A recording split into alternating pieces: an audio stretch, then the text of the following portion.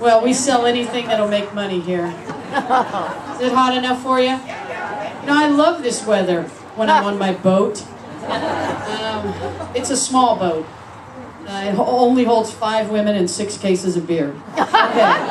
Well, you have to put the important stuff on first. That's what I've learned.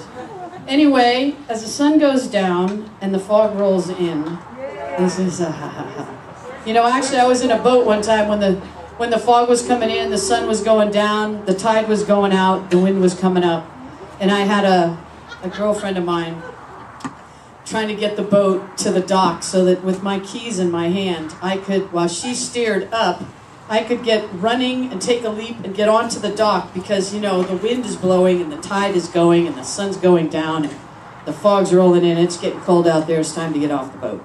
So she tries a couple times, but, you know, femmes don't really drive a boat that well. They can't account for the tide and the wind and still keep their lipstick on. I don't understand. At any rate, so there we were. I said, fine, move over. So she moves out of the way. I gun the boat up. I give it a little gas. I pull back, put it in neutral. It's cruising towards the dock. I jump out of the seat. I take a flying leap, 4 feet through the air, land on the dock, and I'm like, yeah, because I got the rope in one hand, and I'm all right. She says, Mary. I said, what? She said, your keys. I said, what about them? She said, they just fell in the water. I'm thinking to myself, you know, that's the only key I have to that van. I don't make that mistake anymore. Right now I have a key to my van upstairs, in the closet at home, and on my keychain because of this very incident.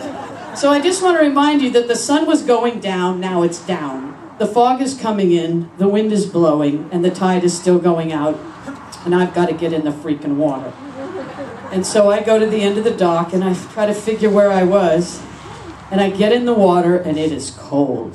Even after 4 beers, it's still really cold. And the tide's going out, but not far enough, so I've got my fingers on the edge of the dock, and I'm stretching all the way down in the water, as far as I can get, and I'm feeling around on the bottom of the muddy, muddy freaking bay where 90 million guys have launched their boat and dropped their crap at the end of the dock. And I'm feeling around in the freaking mud for my keys with my toes.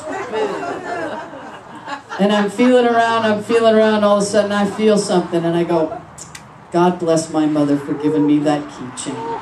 And I grabbed it with my toes and I pulled that thing up and I went, yeah! And that's when I saw the Italian family that had been having a family reunion up there at the picnic table. There must have been 30 of them watching this whole scene unfold, thinking to themselves, you know, gay people are just like straight people. One always bitches and knows the way it's supposed to go, and the other one just goes, gee, I don't know. Anyway, so the next time the sun is going down and the fog is coming in and the tide is going out and the wind is blowing, I want you to remember to hold on to the keys. All right, so we are ready to bring up, thank you. You know, the funny thing is that is a completely true story. And I could have had somebody here to testify to it, but that's one of my exes that doesn't speak to me anymore. Go figure. I have no idea why. Gee, where'd you learn how to drive? God damn it. Anyway, I get bitchy at the end of the day.